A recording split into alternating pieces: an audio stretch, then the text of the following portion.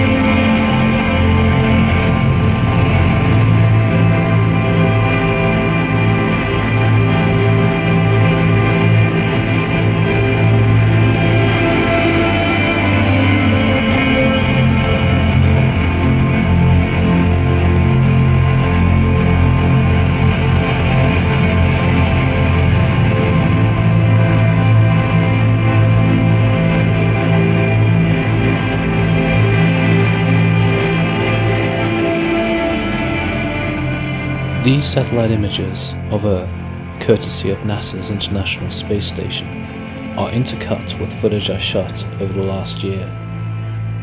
How do we build a peaceful global village? Is this still a goofball question? Do I really sound like some beauty pageant contestant vainly wishing for world peace? I believe we are now in transition. A transition between the old oligarchical tyranny of empire in all its forms and the next stage of human evolution. Either we enter a new era of creativity, a third industrial, green, egalitarian revolution, a new science renaissance, or we fall into a totalitarian, post-industrial, dystopian nightmare world and the risk of all-out thermonuclear war.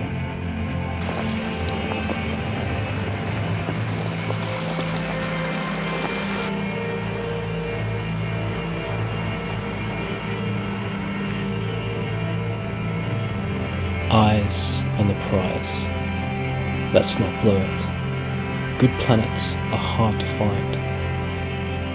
Audiovisual welding is my media challenge to help expose the truth and to help foster and build that peaceful global village. This channel is my record to my children when they ask, "Hey Dad, what did you do during the great transition of the 21st century?"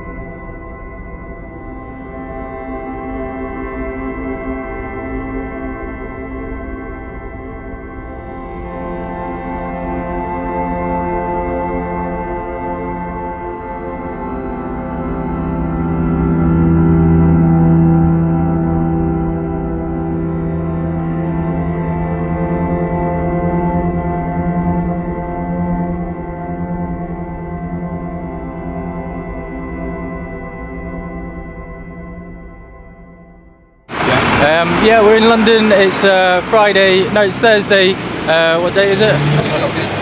Sorry, I didn't press record. You didn't press record. Can you just do it one more time? It's Thursday. We're in the City of London. We are protesting outside of Goldman Sachs today against anti-capitalism, anti-globalization. We're trying to curb the excesses of this bizarre and unmediated form of globalization. These companies have way too much power, and personally I'd love to get rid of capitalism altogether. I believe there's better alternatives, such as the Mondragon experiment in Spain, where it's proven that worker cooperatives are superior to capitalist forms of business organisation on every level. The hunger casino, profits to be made, lives to be lost. Even the police are behind us. Profits to be made, lives to be lost. Profits to be made, lives to be lost. Profits to be made, Lives to be lost. profits to be made. Lives to be lost. So we're here as activists from the World Development Movement and Occupy London to protest at Goldman Sachs' role in betting on food prices in financial markets, which is causing food price spikes and hunger around the world. Goldman Sachs and other banks are making huge profits from these activities, but they have to be stopped. Goldman Sachs, get your deals off our meals! Get your deals off our meals! Get your deals off our meals! Get your deals off our meals! Get your deals off our meals! So in the last few years we've seen unprecedented global food crisis, and that's been accompanied by banks like Goldman Sachs pouring huge amounts of speculative money into these food markets. So they're betting on food prices, which for them can mean huge profits, but for people in developing countries and people in poverty in the UK and elsewhere, it's a catastrophe. People are facing malnutrition, they're going into debt, they're having to sell their assets like livestock or sacrifice education just to be able to afford food. So we need to massively curtail the role of banks like Goldman Sachs in these markets. Take some recent examples. If you're talking about default, if you're talking about a country getting rid of its debt, I mean, this actually happens quite a lot. And the dirty secret about it, the thing the IMF won't tell you, is that actually countries that default on their debt, just say we can't pay it anymore, tend to do pretty well afterwards. Right? Argentina was the poster boy for the IMF throughout the entire 1990s. Did everything the IMF demanded, everything. Privatised everything that moved, you know, whacked up taxes on people's consumption, cut taxes for the rich, ended up in a dire economic situation, a really, really serious recession with massive debt. There's a whole series of debt crises there, culminating eventually in the collapse of the government in December 2001. So famous shots of the president at the time fleeing in classic fashion from his presidential palace by helicopter, whilst there's a big crowd outside in Buenos Aires. New government comes in and immediately just cancels its debt, just says we're not paying it. Now what happened to Argentina? Everyone predicts doom. Right, this is the end of the line, this is it. Actually now Argentina is the fastest growing economy in South America. So even on kind of conventional economic terms, it's not necessarily a disaster to do this sort of thing.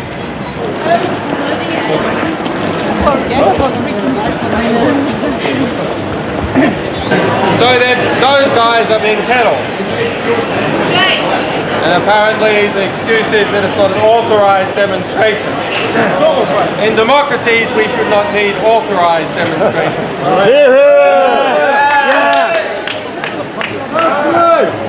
We had a working group this morning.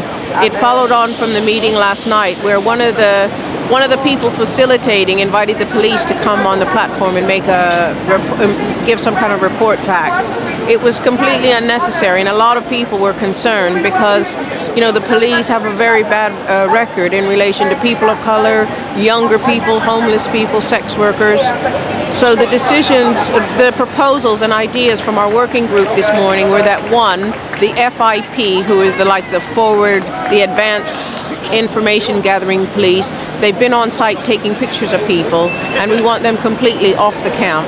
We don't want them here at all. The second point was that this is a peaceful camp, and we're here to stop major crimes by corporations and governments. So we don't need the police in our meetings or in the camp. The third point is that any request from the police to come in should be filtered through, there's a committee that deals with that. So that if the police have a request, it's heard, but the police themselves don't have to come into the camp.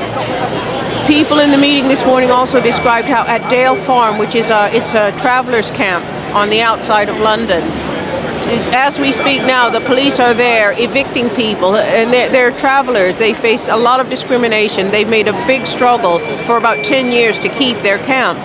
Yesterday, the police were there tasering people. You know, and these are the same police who are policing the camp. Not far from here, about half a mile away, a man named Ian Tomlinson was killed. He was walking home completely, you know, not part of a demonstration or anything. He was knocked down and killed by the police last year. A couple of months ago, Mark Duggan was shot down, killed by the police in Tottenham. There's still been no explanation of what happened, and in fact the police lied about what happened. Young people, especially people of color, are being stopped and searched all over London, are being fitted up for crimes they haven't done, and for all those reasons we just can't have the police in the camp, because those of us who are vulnerable will not feel safe. We also raise that people have to bear in mind, if they're having friendly conversations and chit-chatting with the police, that can put themselves and other people and the whole camp in danger. There's no such thing as a little chat. There's no such thing as an informal chat with the police. You know, they're here to gather information and to criminalize a whole set of people, and we just want all the camp to know that. Some people are aware and some people come here less aware. So part of our work as people of color is to convey that information to the people in the camp, to protect the camp, because we support it, because we're up against the wall in every way, including by the police. And we're also trying to make visible that the 99% is not only those of us here in Britain, but in other countries, Africa, India, Latin America. I mean, people who are struggling and working without wages. That is the real 99%. And we want to bring that, you know, people in Haiti, we want to bring all that into the occupation here so that we're stronger.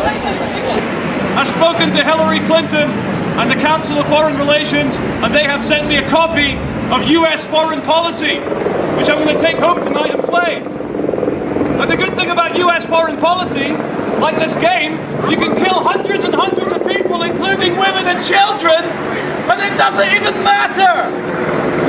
But anyway, I also brought a glow-in-the-dark condom. This is Love Light Techno Sex. Glow-in-the-dark condom is a metaphor for WikiLeaks. Because although you might not be able to stop the penis of tyranny in the darkness, if WikiLeaks puts a glow-in-the-dark condom on it, at least you can move your ass out of the way. I am not under arrest, although... And as you know, I am not charged with any offence in this country or any other. Under a new section used, people cannot wear masks in London, they cannot wear facial coverings in London, and that basic anonymity is denied to people. I say that sometimes it may be legitimate to deny that anonymity, but we should not accept it until Swiss bank accounts and offshore bank accounts are also denied of their anonymity. We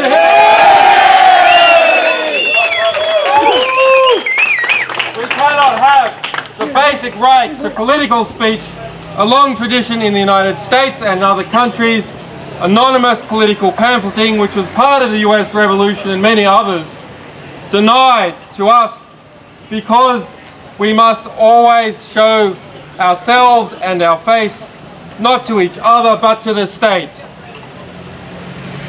So I ask that all of you demand that foreign bank accounts be opened up and made transparent. Yes! In the same way that I today have been forced to be made transparent. Is there going to be a time when the members of Anonymous are going to be able to go to a rally without their masks? Oh, I take my mask off. Yeah, we take our mask off, but it's an idea. It's an idea. Yeah. I'll be wearing mine all day, but it's an idea, and it symbolises the idea. And at the same time, we can recognise each other. You know? So in this crowd, there's those van on, so even more in the crowd, and you know, we're a family. You know? It means you can support a cause, but not necessarily, unless you choose to, have your face put to it. Well, because if you choose not to, if you want to support a cause, but because it may affect your job, it may affect your livelihood, you might believe in something so strong. But it's a shame that people have to come to that now. But do you hope that one day that you'll reach a point where that won't be necessary? Oh, well, it will come. That day will come. The system will crash soon. It will. And then once the system has crashed, therefore we have to rebuild it from scratch. The whole of society will have to be built from scratch. And then we have different values by that point. I quite like the fact that I'm here and nobody really knows who I am. They know what I do. Metropolitan Peace. Yes, Metropolitan Peace. I work in the security industry. Yeah. I provide security and safety for people that need it. I just love the idea of people having to watch us in the cinema for like 5 minutes.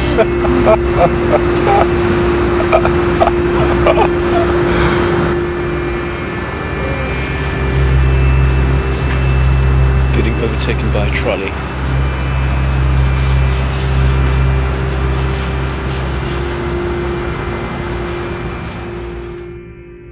So, what brings you down to Occupy London? What brings me down is just my own will, man. To just come and enjoy and see what is there. And for me to see what I can give.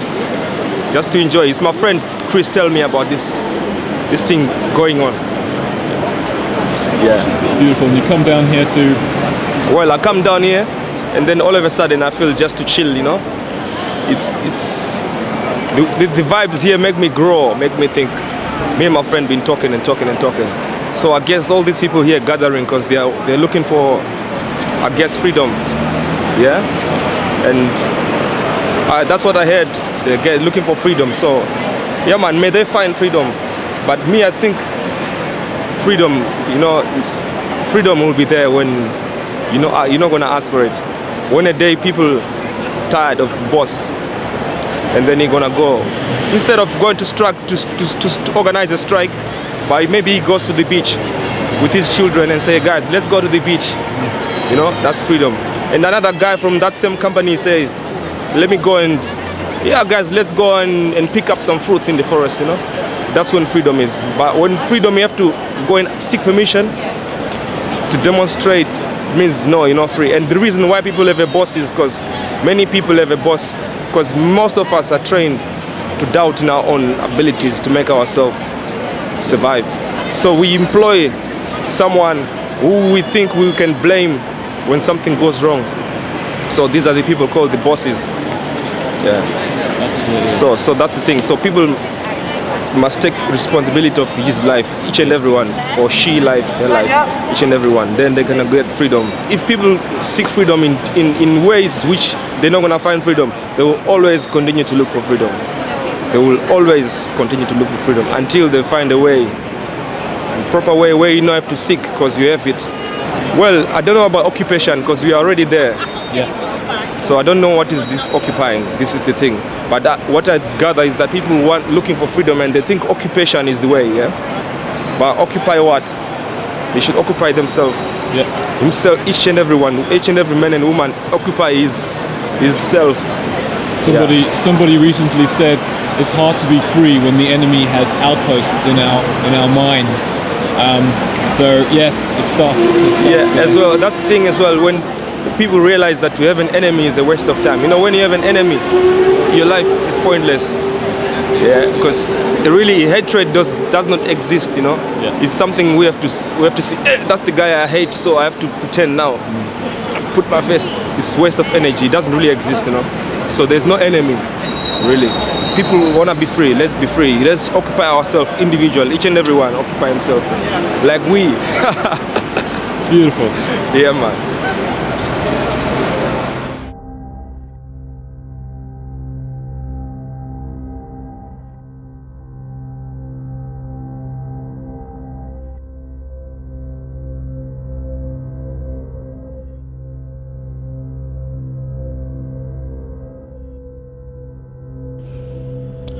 I saw this documentary last night about these adrenaline junkies, skydivers, base jumpers and general hell raisers, and one of these base jumpers says something quite philosophical. He says, as a base jumper, imagine there are two jars in front of you. One is your luck jar, and the other is your experience jar.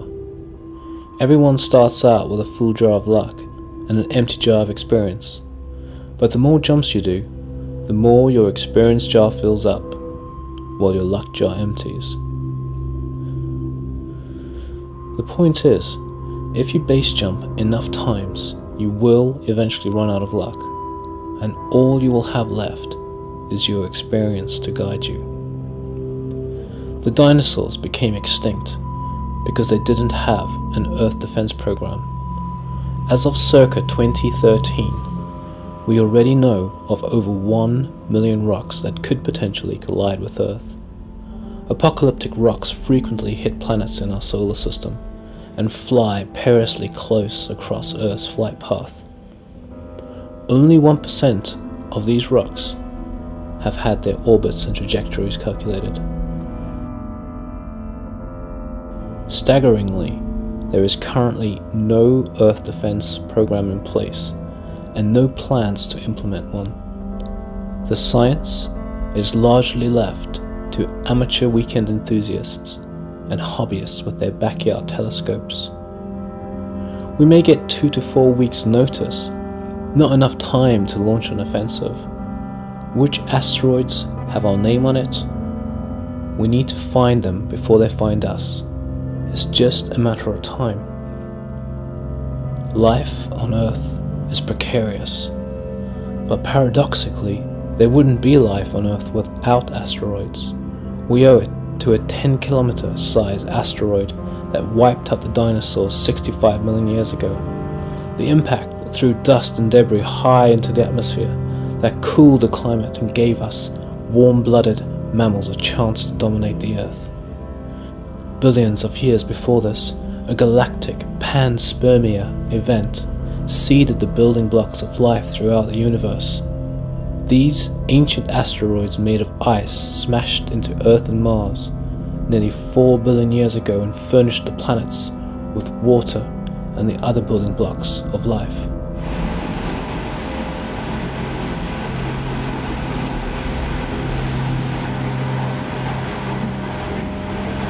The energy from these impacts was stored deep in the heavy iron core of the Earth. This latent energy occasionally escapes in the form of supervolcanoes. Supervolcanoes, killer asteroids, earthquakes, floods, tsunamis, killer virus pandemics, mega gamma ray bursts, and super solar flares are just some of the potentially apocalyptic phenomena we have made absolutely no plans for. These externalities are almost all invisible to our fragile culture until they happen. Yet we have the technology to deflect, minimize their effects and evacuate impact zones, but not the political will. It's not even on the agenda. Like the Romans, we are too busy with empire. With time, human life on Earth grows infinitely more fragile with the old empire, their institutions, and the oligarchical principle in place.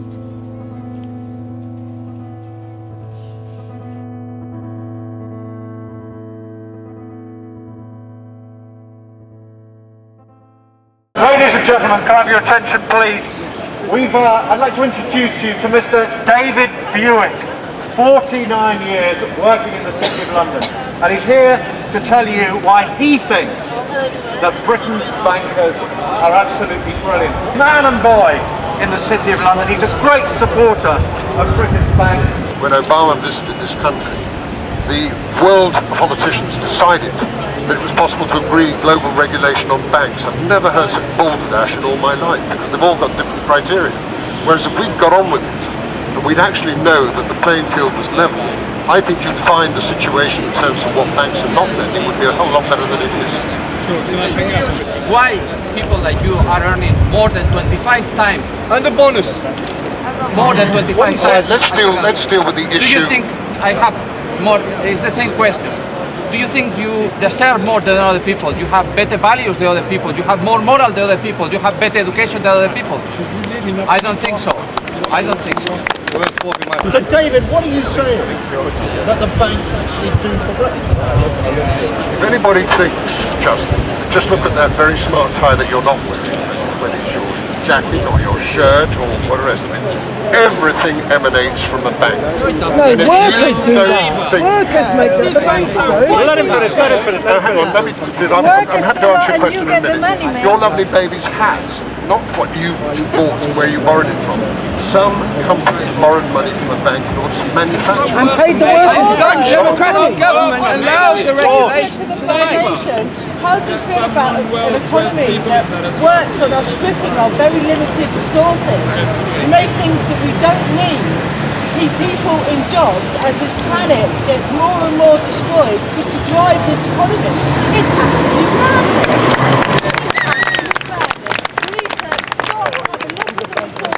I mean, in this country, none of our money is backed by gold or anything. The other countries are waking up to the fact that our money is worthless. We have hardly any resources in this country. People are going to turn around and look at us and go, get you know, like it's the way no, BBC One, they're not. Not 7 o'clock at night. Who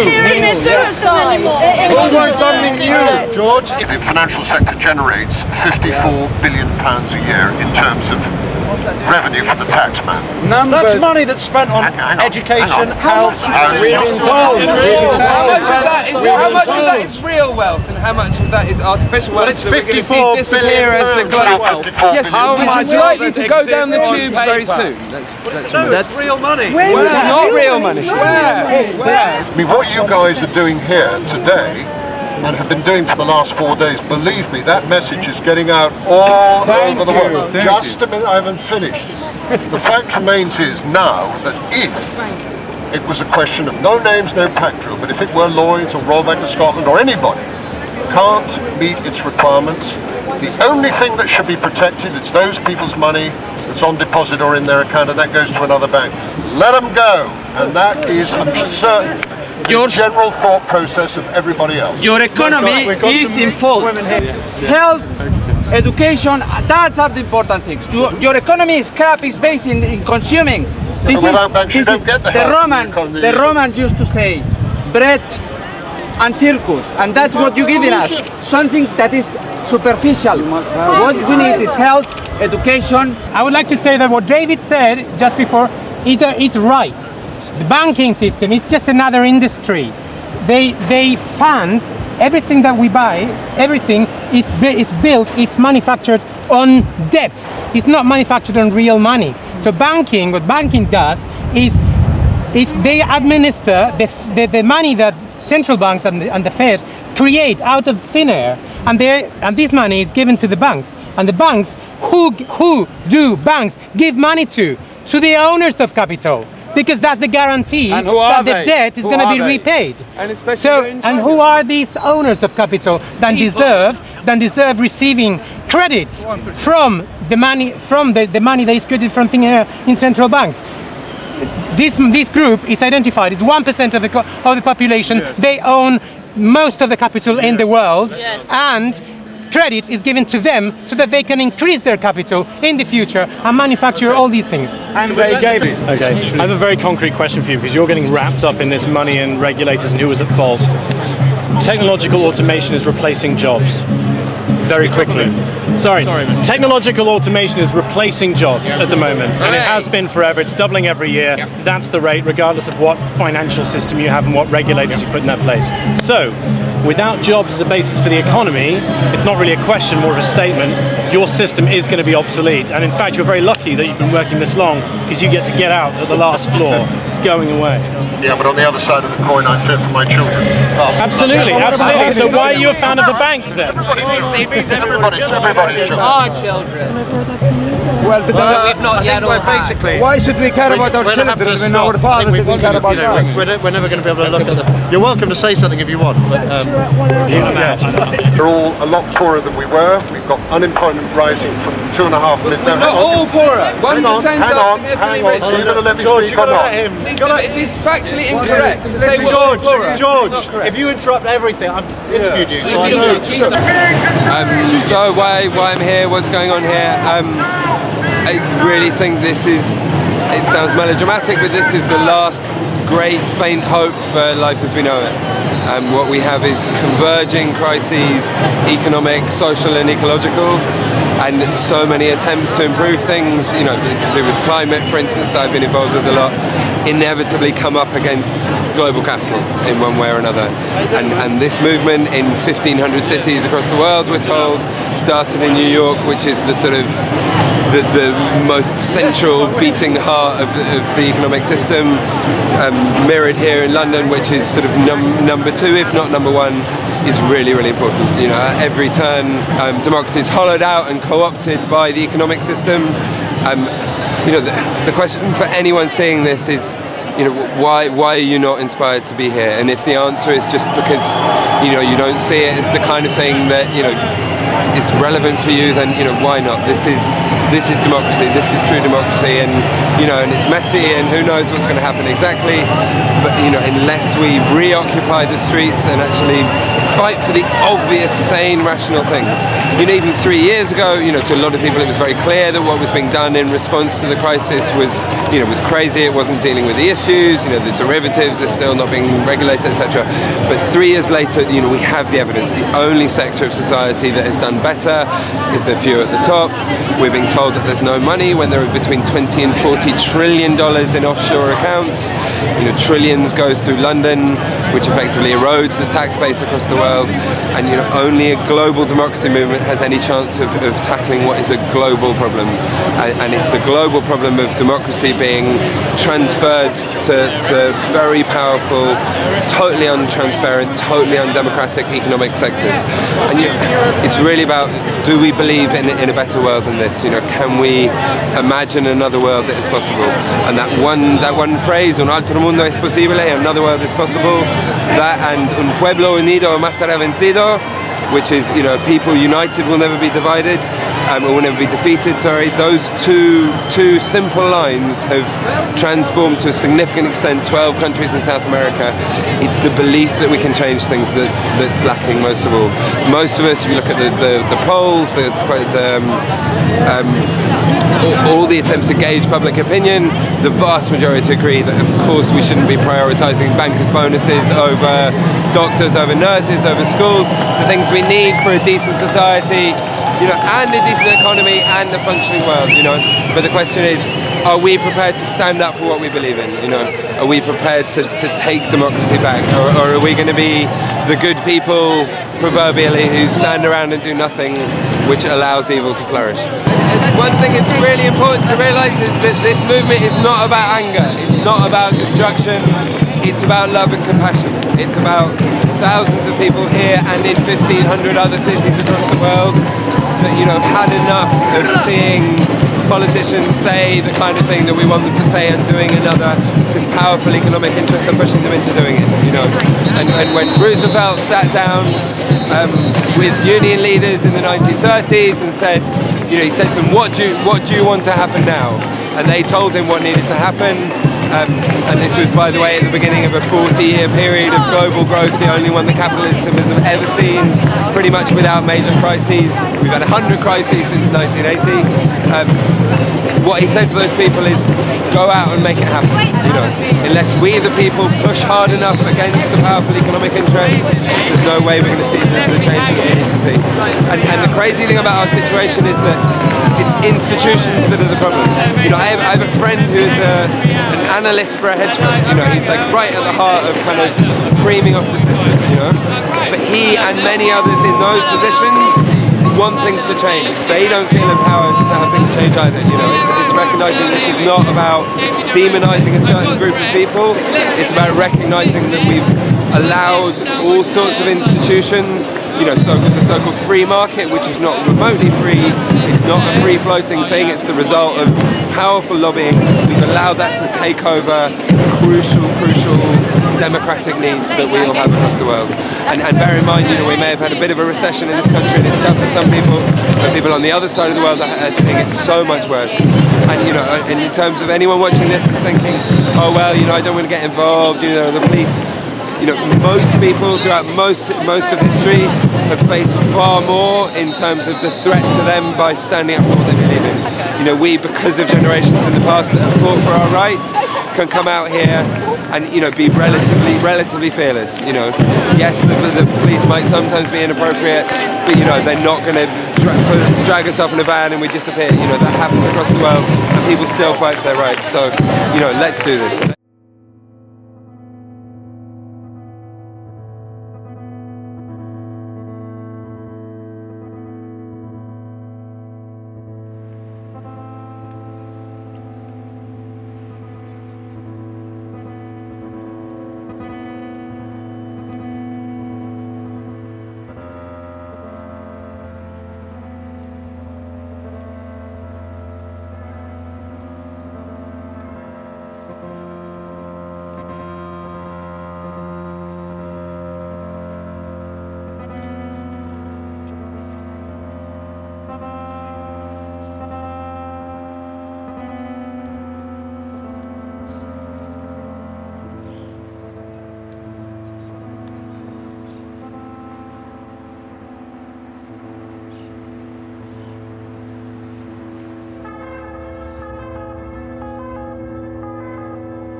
As of circa 2012, walking through Barcelona, we are witnessing the coup d'etat of the IMF, the International Mafia Fund. Greece, Italy, Spain, Ireland have all already lost their sovereignty. They are now owned by the IMF. A country without sovereignty is a country under tyranny, the tyranny of the North Atlantic region corporate state empire and their fiat monetary system, an empire built on war, slavery, genocide, the social stratification of man, and Malthusian logic. What the brutish British Empire did to all the indigenous peoples of the New Worlds, the new elites are now prepared to do to their own citizens through anti-human austerity measures, debt, poverty, disease, food scarcity, and endless engineered wars and geopolitical conflicts. We have been stupefied by the oligarchs and conned into believing in the illusion of democracy and that we in the West are civilized and that the age of empire is over. The whole North Atlantic Anglo-American Empire is as corrupt as Nero's Rome, and like Emperor Nero's Rome, it has no future, unless it turns us all into powerless, obedient slaves. For the love of all things sacred, and in the spirit of the Occupy movement, let's finally write off 5,000 years of empire and the oligarchical principle as a childhood disease, starting by dismantling these psychopathic institutions like the British monarchy, the Federal Reserve, the military-industrial complex, the banking cartels, the Vatican, Big Pharma, Monsanto, and hold the corporate state and all their criminals in government to account with the rule of law. Only then can we transition to that peaceful global village. Let's allow our past to make us better, not bitter. Markets, not capitalism. Let's vote for ideas, not politicians. And finally declare all the resources of the world the common heritage of all the world's people, not corporations. Global education and industrial scale engineering projects will create long-term global stability and local resilience, bringing the nations of the world closer together, putting an end to empire and the oligarchical principle for all time, never to return. Goodbye, brutish empire. Hello, third industrial, green, egalitarian, revolution.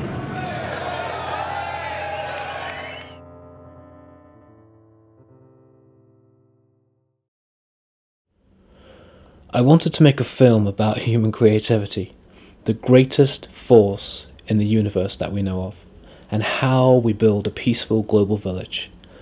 No Hollywood sci-fi cliches, I promise. It would be an anti-sci-fi film about how wonderful the future could be and how we learn to manage the solar system. It would go something like this.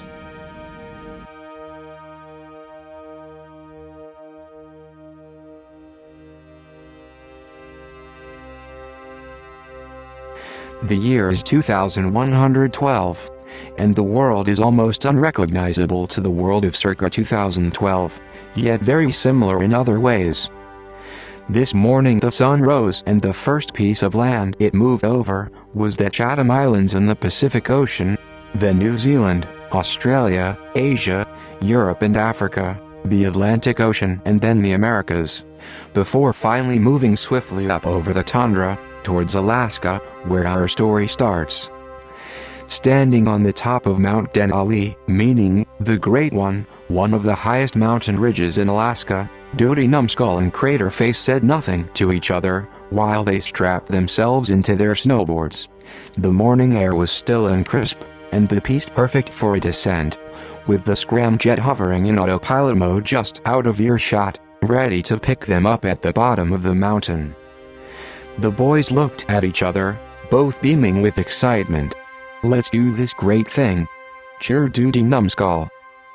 And with that, both teenagers saluted each other with their trademark Native American-influenced, fist-on-heart action.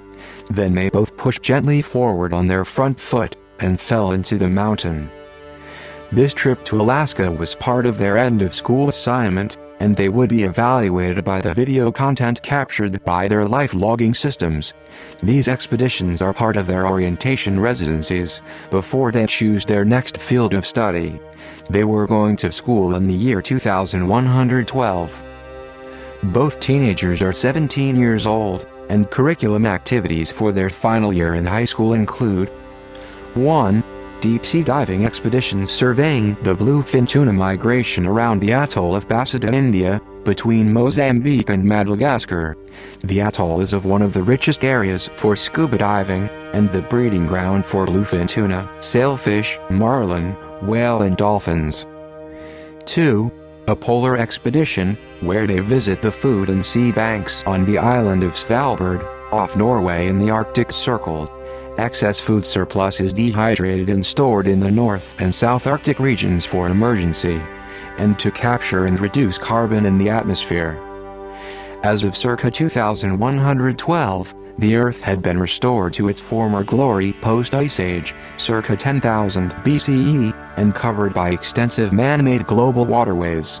These canals worked like arteries connecting garden cities, while creating hydropower, irrigation for farming and transportation.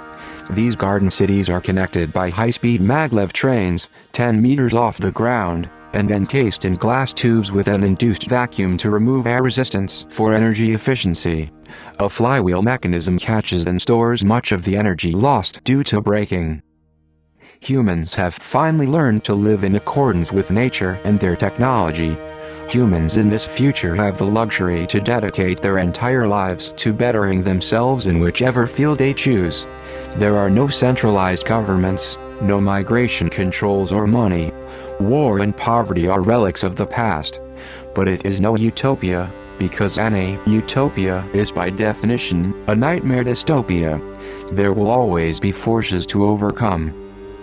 We have just began extensive space exploration. There are bases on the moon, a city is being built on Mars, and we are beginning to venture further out with successful, manned missions to Saturn and Jupiter, with a specific focus on their unique moons. We have established that rudimentary life is ubiquitous in the universe, but we have not made contact with advanced civilizations. Not yet. After just 100 years in space, humans had finally cracked interstellar travel. We could now travel at half the speed of light using thermonuclear fusion. The same technology that almost destroyed the planet was now being used to find new habitable exoplanets.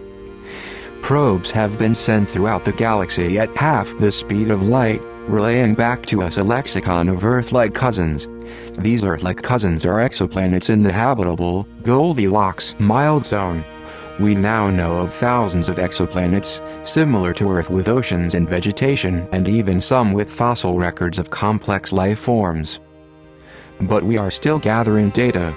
The abundance of exoplanets, and the vast distances, mean we are having a hard time choosing which ones to focus on. And our knowledge of the universe is limited by the production of thermonuclear probes.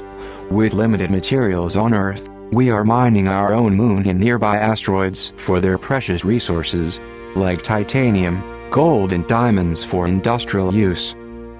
With such vast distances, data from these probes can take 20 to 40 years to be relayed back to Earth, plus the 20 to 40 years it takes to travel to our nearest neighbor solar systems. Data from these interstellar reconnaissance missions is coming in all the time. Using quantum supercomputers, universities and organizations like NASA work together towards understanding vast amounts of data via these probes. In 2072, a group of 505 explorers, traveling in 3 identical spaceships, disillusioned with the moral decay and directionlessness of Earth, chose to cut the umbilical cord with Earth and explore the universe.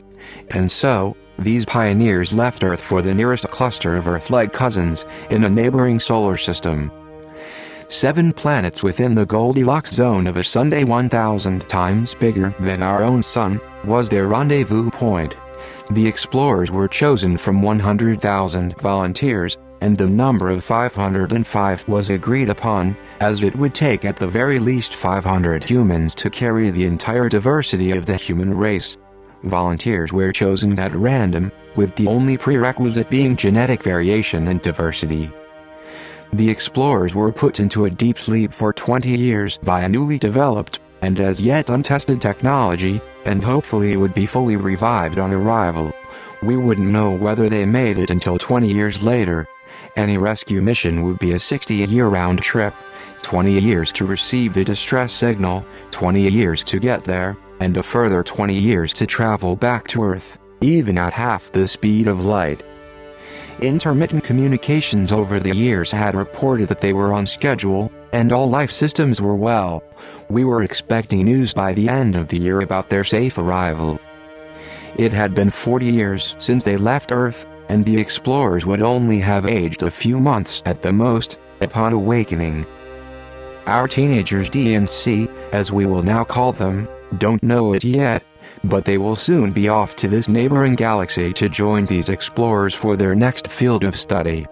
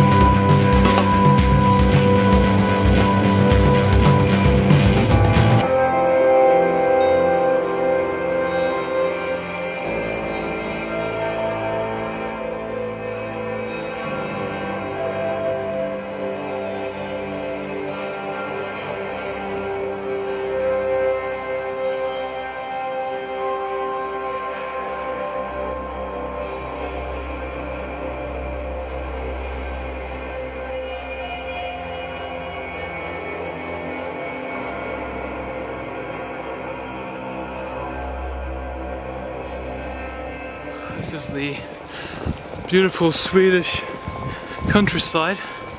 Walking through one of the forests, and it's just started snowing. Been taking some pictures out there. There's some beautiful natural light still a little bit in the sky, and these artificial lights which give you some beautiful images of the snow. This must be one of the best sounds in the world, stepping on snow. That and the sound of skateboard wheels on tarmac. And the sound of a snowboard going down the mountain. And the sound of a wave inside the barrel. That's possibly one of the best sounds. If you put your ear to a shell, it sounds kind of like that, but amplified. It's probably one of the most amazing sounds, actually being inside a barrel surfing. But yeah, the sky is just a wonderful, wonderful Pantone